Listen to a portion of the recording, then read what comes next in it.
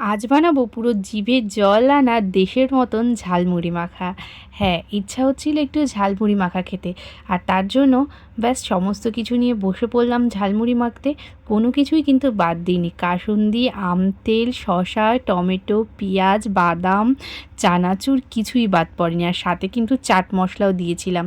তারপরে সব কিছুকে মিক্সড করে এত সুন্দর ঝালমুড়ি খেতে হয়েছিল। সাথে আবার একটা কচু ভাজাও পেলাম চানাচুরের মধ্যে দিয়ে।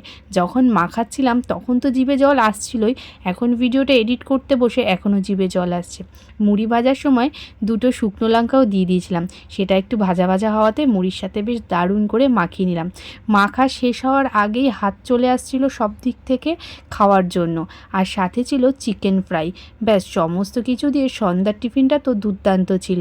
আচ্ছা, আমার মতন কে কে মুড়ি মাখা চামচ দিয়ে খাও একটু কমেন্ট করে জানিও তো।